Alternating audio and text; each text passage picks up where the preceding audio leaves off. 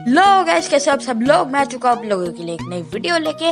और आज की इस वीडियो में मैं आप सबको बताने वाला हूँ top 15 most popular animes in India के बारे में। तो चलिए वीडियो को स्टार्ट करते हैं बिना किसी देरी के। Number 15, the seven deadly since. The seven deadly since या फिर कहूँ तो नानात्सु नो ताइज़ाई एक एडवेंचर फिक्शन फैंटेसी एनिमे है जो अडेप्ट हुआ है इसी नाम की मांगा से, जिसके ऑथर है नाकाबा सुजुकी। एंड इस एनिमे के सीजन 1 और सीजन 2 को एनिमेट किया है A1 स्टूडियोज ने। और इन्होंने इसकी एक movie the seven deadly since the movie prisoners of the sky को भी एनिमेट किया है। एंड सीजन 3 को स्टूडियो डीन ने एनिमेट किया है। अब बात करते हैं इस एनिमे के बेसिक प्लॉट के बारे में। जो प्रिंसेस एलिजाबेथ है वो आकर मेलोडियस से मिलती है, जो कि इस एनिमे का मेन प्रोटैगनिस्ट है। और वो मेलोडियस को बताती है कि वो द सेवन डेडली सिंस को ढूंढ रही है, जो कि किसी टाइम पे इस किंगडम के सबसे ज्यादा स्ट्रॉन्गेस्ट फाइटर्स थे।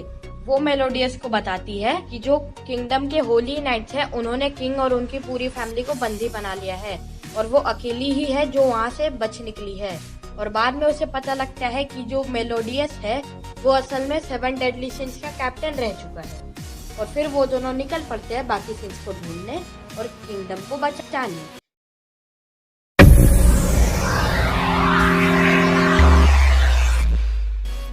नंबर 14 पे है बेब्लेड।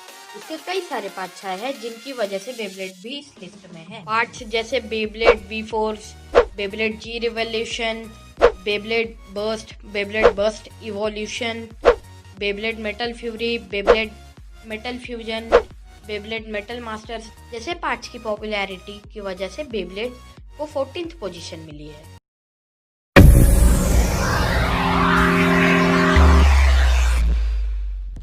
नंबर 13 पे है ब्लैक क्लोवर। ये सेम नाम की आई मांगा पर बेस्ड है, जिसके ऑथर है यूकी ताबाटा। और इस एनिमे को एनिमेट किया है स्टूडियो पियरॉट ने। इस एनिमे के टोटल 134 एपिसोड आ चुके हैं। इस एनिमे की बेसिक स्टोरी लाइन ये है कि दो अनाथ बच्चे होते हैं, उन दोनों में से एक का नाम होता है अस्तर और दूसरे का यूनो। दोनों बचपन से ही एक साथ में चर्च में रहते हैं। ये चर्च क्लोवर किंगडम से बहुत दूर एक गांव में होता है। एंड इस वर्ल्ड में सबके पास कोई ना कोई मैजिकल पावर होती है, पर अस्ता एक एक्सेप्शन होता है। उसके पास कोई भी मैजिकल पावर नहीं होती है और वो मैजिकल पावर के बदले बहुत सारी एक्सरसाइज और ट्रेनिंग करता है। और उसका ड्रीम होता है कि वो एक दिन विजार्ड किंग बने। पर उसके सामने उसका राइवल यूनो होता है। यूनो के पास बहुत सारे मैजिकल पावर्स होते हैं और वो बहुत टैलेंटेड होता है। इस वर्ल्ड में जब भी कोई 15 साल का होता है उसको एक मैजिकल बुक मिलती है जिसे कहते हैं ग्रीमर। इस बुक को यूज करने से सभी की पावर बहुत बढ़ जाती है। और इसके आगे जानने के लिए आपको ये एनिमे देखना।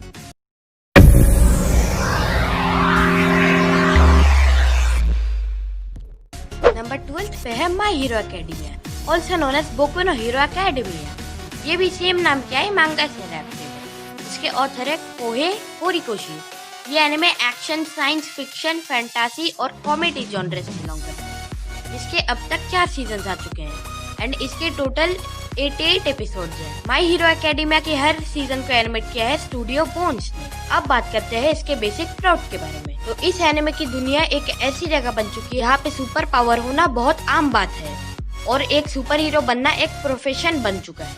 अब अर्थ पे 80% लोग कॉर्क के साथ पैदा होते हैं। कॉर्क मतलब सुपर पावर। और अब जो लोग हैं वो 3 कैटेगरीज में डिवाइडेड हो चुके हैं, हीरोज, विलन्स और मामूली इंसान। और सारे हीरोज में सबसे ज्यादा पावरफुल है ऑल माइट, जिसका हर कोई दीवाना है।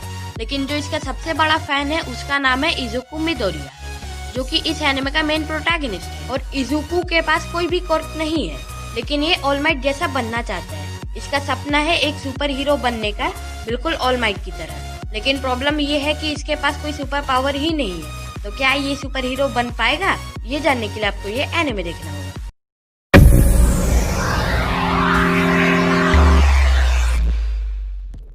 नंबर 11 पे है फेरी टेल। ये स्टोरी एक फेरी टेल नाम के गिल्ड के ऊपर बेस्ड है। लूसी हर्टफीलिया नाम की एक लड़की नात्सु ड्रैगनील नाम की एक लड़के से मिलती है जो अपने खोए हुए ड्रैगन को ढूंढ रहा है।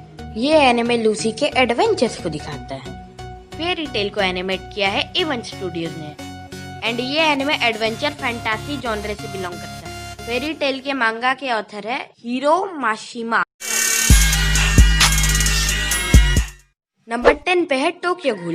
ये एक dark fantasy horror supernatural thriller genre का एनिमे है। टोक्यो घूल को एनिमेट किया है स्टूडियो पियरोट ने और इसके लगभग 4 सीजन है और हर सीजन में 12 एपिसोड। और टोक्यो घूल के मांगा के ऑथर है सुई इशिडा। इस एनिमे की स्टोरी एक सुपरनैचुरल वर्ल्ड में सेट है जहाँ पे इंसान और घूल्स साथ साथ रहते हैं और जो घूल्स है वो एक सुपरनैचुरल बीइंग्स है जो ह्यूमंस को खाते हैं। ये स्टोरी है एक कानेकी नाम के लड़के की जो एक ट्रेजेडी की वजह से हाफ घूल बन जाता है और आगे क्या होता है ये जानने के लिए आपको ये एनिमे देखना होगा।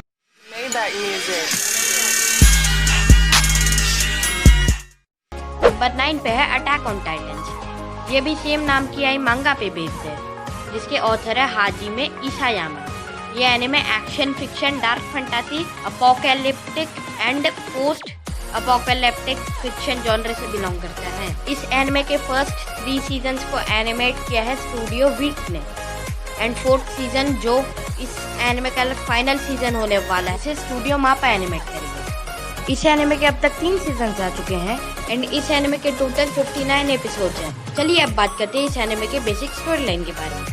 इस एनिमे के मेन प्रोटैगनिस्ट का नाम है एरेन ईएगर। ये रहता है अपनी फैमिली के साथ में एक ऐसी जगह पे जो जगह दीवारों से घिरी हुई है और छोटी मोटी दीवारों से नहीं बल्कि बहुत बड़ी दीवारों से। ये लोग दीवारों के अंदर इसलिए रहते हैं क्योंकि इनको टाइटन्स का खौफ है। ये टाइटन्स ज़ॉम्बी की तरह होते हैं पर बहुत बड़े और बहुत डेंजरस भी और ये इंसानों को खाते हैं।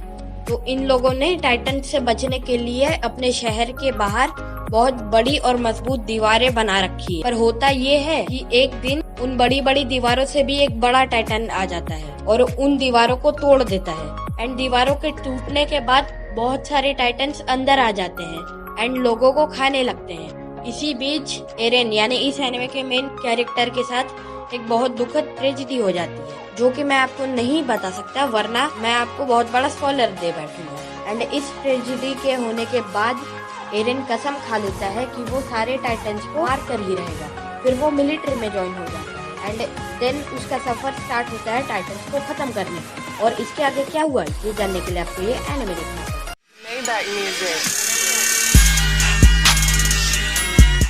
नंबर 8 पे है वन पंच मैन। ये भी सेम नाम की है मांगा पर बेस्ड है जिसके ऑथर है वन, यही उनका नेम है। इस एनिमे के अब तक 2 सीजन आ चुके हैं और टोटल 24 एपिसोड्स है। इस एनिमे के फर्स्ट सीजन को एनिमेट किया है स्टूडियो मैड हाउस ने एंड सेकंड सीजन को जेसी स्टाफ ने। इस एनिमे की बेसिक स्टोरी लाइन ये है कि साइटामा नाम का एक आदमी होता है जो सुपर हीरो बनना चाहता है और उसके लिए वो 3 साल की कड़ी ट्रेनिंग करके बन भी जाता है पर उसके सारे बाल झड़ जाते हैं उस ट्रेनिंग की वजह से एंड वो इतना स्ट्रॉन्ग बन जाता है जो किसी भी विलन को सिर्फ एक मुक्के में हरा देता है और उसे एक ऐसे विलन की तलाश है जो उसे एक अच्छी फाइट दे सके। ये एनिमे एक मस्ट वॉच एनिमे।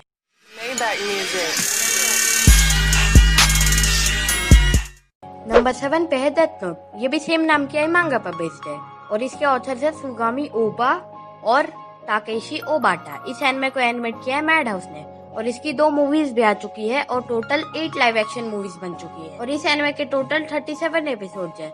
इस एनिमे की स्टोरी लाइन ये है कि लाइट यागामी नाम का एक हाई स्कूल स्टूडेंट जो कि बहुत ज्यादा इंटेलिजेंट है और स्कूल में सबसे फेमस है और टॉपर भी है, एक दिन उसे मिलती है डेथ नोट जिसमें अगर किसी का भी नाम के चेहरे को याद करते वक्त लिखने से वो मर जाएगा 40 सेकंड्स के अंदर और अगर आपने मरने की वजह नहीं लिखी तो वो सिर्फ हार्ट अटैक से ही मरेगा। फिर लाइट को सब कीरा के नाम से जानने लगते हैं और फिर कहानी में आता है ट्विस्ट जब कीरा को पकड़ने के लिए हायर किया जाता है वर्ल्ड नंबर 1 डिटेक्टिव एल को and then Kira and L के बीच में स्टार्ट हो जाती है एक वॉर। जो ज्यादा स्मार्ट होगा जीत उसकी। ये एनिमे भी एक मस्ट वॉच एनिमे स्पेशली एक न्यू एनिमे फैन।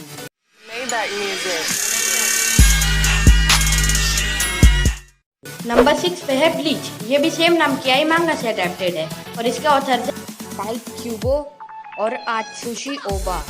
इस एनिमे के टोटल 366 एपिसोड जा चुके हैं एंड इस एनिमे को एनिमेट किया है स्टूडियो पियरोट ने।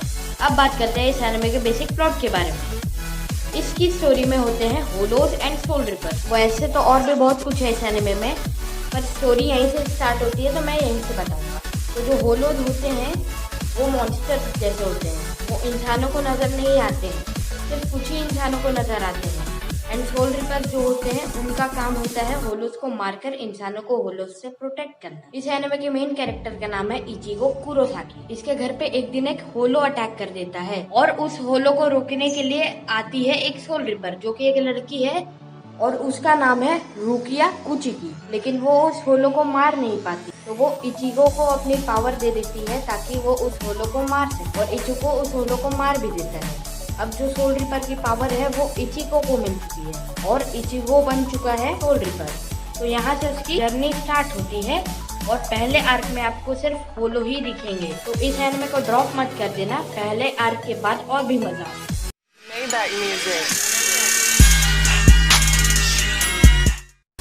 नंबर 5 पे है वन पीस। ये भी सेम नाम क्या है, मांगा से अडैप्टेड है, जिसके ऑथर है इचिरो ओडा। एंड इस एनिमे को एनिमेट किया है टोई एनिमेशन ने। एंड इसके 931 एपिसोड आ चुके हैं। अब बात करते हैं इसके बेसिक प्लॉट के बारे में। ये स्टोरी फोकस करती है एक इंसान के ऊपर जिसका नाम लूफी है, जिसका सपना है कि वो एक दिन पायरेट किंग बने। मैं बिना स्पॉइलर दिए बस इतना ही बता सकता हूँ। नंबर 4 पे है नारुतो। ये भी सेम नाम क्या है, मांगा पर बेस्ड है, जिसके ऑथर है मासाही किशिमोटो। ये नारुतो शिपुडेन और बोरुतो की पॉपुलैरिटी को मिलाकर नारुतो को ये पोजीशन मिली। इस एनिमे को एनिमेट किया है स्टूडियो पियरॉट।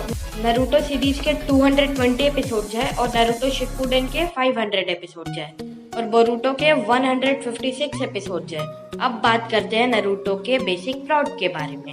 नारुतो के जन्म के कुछ देर बाद ही नारुतो के टाउन में नाइन टेल फॉक्स नाम का एक मॉन्स्टर हमला कर देता है, जिसको रोकने के लिए वहाँ के लीडर 4th होकागे को बुलाया जाता है।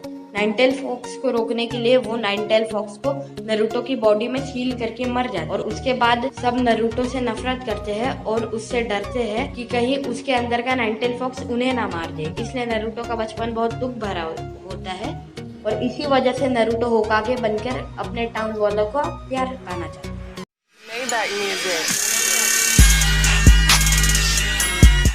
नंबर 3 पे है Pokemon, also known as pocket monsters. ये भी सेम नाम किया है मांगा पर बेस्ड और इसके ऑथर है सातोशी ताजिरी और इसके अब तक 1000+ एपिसोड जा चुके हैं। इस एनिमे को एनिमेट किया है Oriental Light and Magic Inc studio ने और इसकी स्टोरी ये है कि इस दुनिया में इंसान और पोकेमोन एक साथ रहते हैं। पोकेमोन एक सुपरनैचुरल बीइंग्स होते हैं जिनके पास अलग अलग टाइप्स की पावर्स होती है और पोकेमोन ट्रेनर्स इन्हें पकड़ के इन्हें आपस में लड़वा कर मैच करते हैं। ये स्टोरी एक एश नाम के 10 साल की लड़की की है जो इस दुनिया का सबसे ताकतवर पोकेमोन मास्टर बनना चाहती है और ये कहानी उसी की जर्नी की है।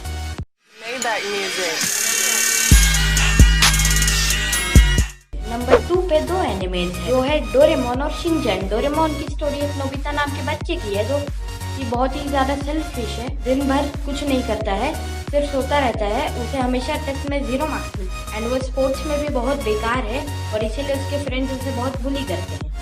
एंड देन फ्यूचर से एक रोबोट आता है उसकी हेल्प करने जिसका नाम है डोरेमोन। अब बात करते हैं शिनचैन के बारे में। ये एक अच्छा खासा कॉमेडी टाइम पास एनिमे है जिसकी स्टोरी ये है कि शिनचैन नाम का एक 5 साल का शरारती बच्चा होता है जिसकी शरारतों पे इसके एपिसोड से बेस्ड होते हैं।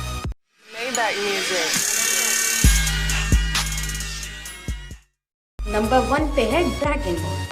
ड्रैगन बॉल को ये पोजीशन ड्रैगन बॉल जी और ड्रैगन बॉल सुपर की पॉपुलैरिटी की वजह से मिली। ये भी सेम नाम किया है मांगा पर बेस्ड है जिसके ऑथर है अकीरा टोरियामा और ड्रैगन बॉल के टोटल 153 एपिसोड्स हैं और इस एनिमे को एनिमेट किया है टोई एनिमेशन। एंड इस एनिमे की स्टोरी एक गोकू नाम के लड़के के साथ स्टार्ट होती है जो कि बुल्मा नाम की लड़की से मिलता है और वो दोनों निकल पड़ते हैं ड्रैगन बॉल कलेक्ट। वैसे तो स्टोरी में और भी बहुत कुछ है पर मैं आपको बस इतना ही बताऊंगा क्योंकि स्टोरी ऐसे ही स्टार्ट होती है और ड्रैगन बॉल्स क्या है ये जानने के लिए भी आपको ये एनिमे देखना होगा। ड्रैगन बॉल जी के टोटल 291 एपिसोड्स हैं और ड्रैगन बॉल सुपर के 131 एपिसोड्स हैं। तो आज के लिए बस इतना ही। Thanks for watching.